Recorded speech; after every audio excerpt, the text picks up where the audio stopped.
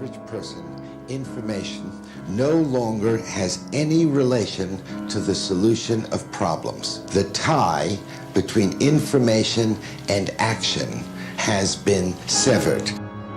Information is now a commodity that can be bought and sold or used as a form of entertainment or worn like a garment to enhance one's status. It comes indiscriminately, directed at no one in particular, disconnected from usefulness.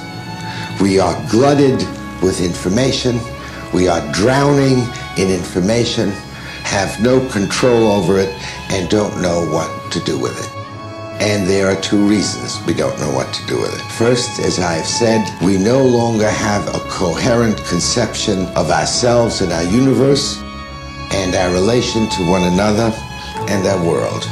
We no longer know, as the people in the Middle Ages did, where we come from, where we are going, and why. In other words, we don't know what information is relevant and what information is irrelevant to our lives. Second, we have directed all of our energies and intelligence to invent machinery that does nothing but increase the supply of information. And as a consequence, our defenses against information glut have broken down. Our information immune system is inoperable. We don't know how to filter it out, we don't know how to reduce it, and we don't know how to use it. We suffer, if I may put it this way, from a kind of cultural AIDS. Now, into this situation, of course, comes the computer. The computer, as you know better than I, has a quality of universality. Its uses are almost infinitely various, but also because computers are commonly integrated into the structure of other machines. And of course, it would be fatuous, therefore, for me to warn against every conceivable use of a computer. But there's no denying that the most prominent uses of computers have to do with information. When people talk about information sciences, they are talking about computers. How to store information, how to retrieve information, how to organize information. The computer, for most people, is an answer to the questions, how can I get more information faster and in a more usable form? Now, these would appear to be reasonable questions. But now I should like to put some other questions to you that seem to me more reasonable. If there should be a nuclear holocaust, would it happen because of a lack of information? Is the war in Bosnia a result of a lack of information? If children are dying of starvation in Ethiopia, does it occur because of a lack of information?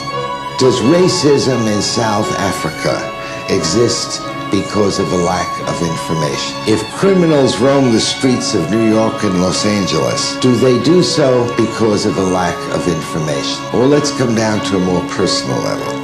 If you and your spouse are unhappy together and end your marriage in divorce, will it happen because of a lack of information? If your children misbehave and bring shame to your family, does it happen because of a lack of information? If someone in your family has a mental breakdown, will it happen because of a lack of information? Well, I think you'll have to concede that what ails us, what causes us the most misery and pain, at both cultural and personal levels, has nothing to do with the sort of information made accessible by computers. The computer and its information cannot answer any of the fundamental questions we need to address to make our lives more meaningful and more humane. The computer cannot provide an organizing moral framework. It cannot tell us what questions are worth asking. It cannot provide a means of understanding why we are here, or why we fight each other, or why decency eludes us so often, especially when we need it the most. The computer is, in a sense, a magnificent toy that distracts us from facing what we most need to confront: spiritual emptiness, knowledge of ourselves, usable conceptions of the past and the future. Now, does one blame the computer for this? Of course not. It is, after all, only a machine, a wonderful one, but only a machine.